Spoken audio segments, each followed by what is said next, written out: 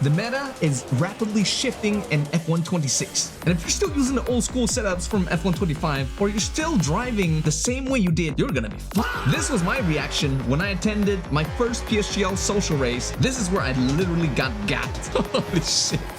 All this because I was still driving like I was in the F125. So in this video, I'm going to show you the top 6 tricks the top drivers are currently using to be as fast as possible on track. And if you're not using these, you're probably not going as quickly as you should. And I'm gonna move very quickly from concept to concept. So if you're not familiar with the terms I'm gonna use in this video, make sure to check out my Lico and battery guide in the description below. 50-0 wings. It's been a little over a week since F126 DLC came out, and at the time of making this video, a ton of shit has changed already. So picture this. It was 2 days after release. I log into the game and I go on to time trial. What do I see at the top of the leaderboard when I open Jeddah? 50-0 wings. How on earth does this work? How does the car not just fly off track the moment you turn the steering wheel? In F125, this would have never worked. It would have been an undrivable pezzo di merda. But for some odd reason, in F126, it just works. Why though? Because the cars are naturally more understeery this year. So much so that if you're not running an obscene amount of front wing, you are going to be running chronic understeer pretty much everywhere on track. And before you ask, so why does it work now but it didn't work before? The answer is straight mode. Now, every time you go onto the straights and then you use the DRS button to open the front and rear wing, this negates all effects of drag the extra wings might have on your car. This means running 50-50 or 0-0 virtually makes no difference once you open the front and rear wing. Now, last year, even though 50-0 worked, you didn't really want that because having that much front wing would cost you too much top speed. But this year, it's all fair game. Straight mode completely changes the equation. You get the extra turn in from all the front wing you're running, but the moment you hit the straight, all that drag just goes away because of straight mode. Now, somebody smarter in the comments could let me know, but from my testing, 50-50 and 0-0 do not make that much of a difference on the straights because half of your engine power comes from the battery anyways. And the moment you get closer to the top speed, the engine power just kind of fades. So in the end, it does not make that much of a difference to go low downforce. But here's what you gotta remember. Even with 50-0 wings, the car still doesn't turn, which is why we're gonna have to look elsewhere to get more rotation from the car. Simply put, rear suspension is now a viable way to get more rotation out of the car at low speed. And I gotta tell you, I've seen some crazy shit, and it kind of works.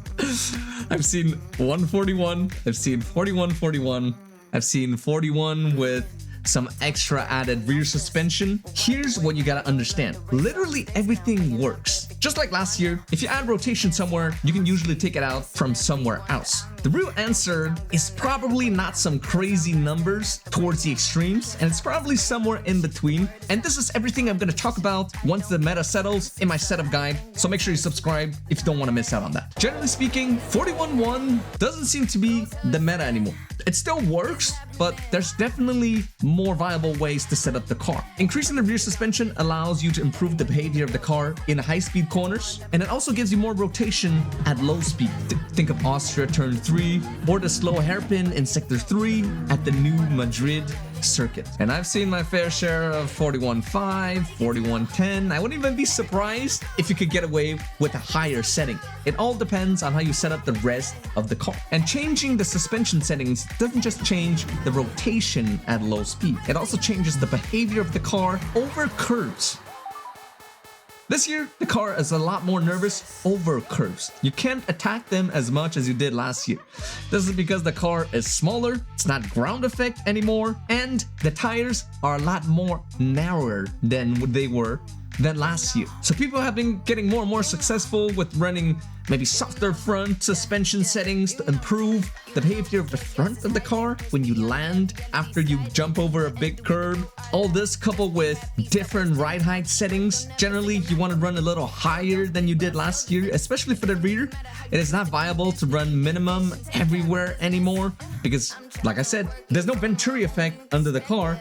Therefore, no added benefit of running the car closer to the ground. And if you think we're done chasing rotation to add to the car, well, my friend, you are wrong. Because now we can also change the differential settings. On throttle differential in general, like I predicted, you can run a little lower this year because driving the perfect line is no longer necessary. All you need to do is to get the car rotated fast enough and use that precious boost button. This is why I've been seeing more and more lower on throttle differential, but here's where things get weird for the off throttle differential. I'm seeing a lot of higher values, much higher than last year. Last year at most, we saw maybe 30 off throttle differential, but this year we're seeing values going up into the 40s and 50s, sometimes higher. And there's a reason for that. The rear is a lot looser under braking. Like I mentioned earlier, the tires are a little slimmer this year, so the rear kind of wants to kick out when you brake. This is why you want to maybe move the brake bias to the front of the car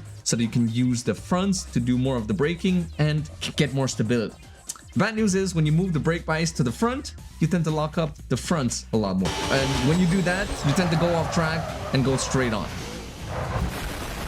Which is why this year is probably the first year in a long time where we're seeing lower brake pressures. This is because locking up is extremely punishing this year, especially if you lock the fronts. Go ahead, try taking a hairpin at Monaco and purposely lock up the fronts. When you lock up the fronts, your car tends to go straight on, kind of like it does in real life. Last year, locking up was also used as a tool to slow down the car, but locking up this year is extra punishing because it adds a lot of tire wear. And this, combined with the fact that we're pretty much lifting and coasting into every corner, means you can brake a lot later than you used to, because when you lift off the throttle, you're essentially slowing the car down a lot before you even get to the braking zone. So we're coming into corners less hot than we did in F1 25, and this allows you to not brake that much. So you can lower the settings and move to something you're more comfortable with, and make sure you get the exit right, and make sure you have enough battery by doing the LECO before you get to the braking. And you might also experience more lockups if you're not running the correct ride height settings, or if you're running too soft on your suspension settings. Man, this setup guide can't come soon enough. Now, we're seeing a lot of different techniques appear due to the regulation changes in F1 26. As I said, being the fastest driver on track has pretty much no merit anymore. Driving the ideal line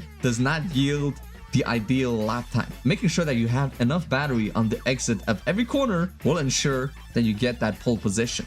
But when it comes to LECO, drivers are experimenting with a lot of different things. Remember when the game came out, I said people were going to do the pre-lift, which is the act of lifting your foot half off the throttle before you get to the full lift. People are starting to do that more and more. And the amount that they lift off the throttle will depend on the amount of speed you carry into the corner and the nature of the track. This is done to sometimes keep accelerating, but also start recharging the battery, or to maintain more speed compared to fully lifting the foot off the throttle. Qualifying is pretty much where the real grind is right now. I won't reveal too much because I'm not allowed to, but the way you attack corners in qualifying has fundamentally changed. This is what I found out in my latest PSGL social race around Austria. Is that little bit of boost coming out of the corner worth it, or is it going to leave me left for dead on the next straight where I'm gonna run on a battery and then lose 2/10? Only you can decide for yourself, and that's all part of the game. I know this is a lot of info to soak in, but the matter is, if you're still driving like you are in F1 25, you will be at a severe disadvantage. I hope this video was helpful. If it did,